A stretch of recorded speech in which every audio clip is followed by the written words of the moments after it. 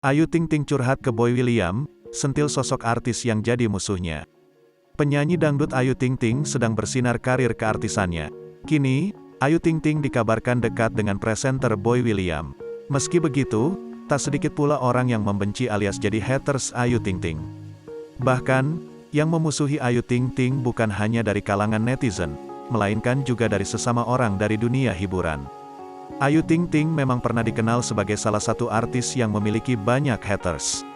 Ada saja haters yang menghujat dan fitnah Ayu Ting Ting dengan isu-isu miring. Merasa tak kuat, Ayu Ting Ting sempat kepikiran untuk kabur ke luar negeri agar bisa hidup tenang. Mirisnya, pihak-pihak yang memusuhinya bukan hanya dari netizen saja. Ayu Ting Ting mengaku ada beberapa artis yang kerap menyenggolnya. Kendati demikian, Ayu Ting Ting tak pernah menanggapi artis-artis tersebut.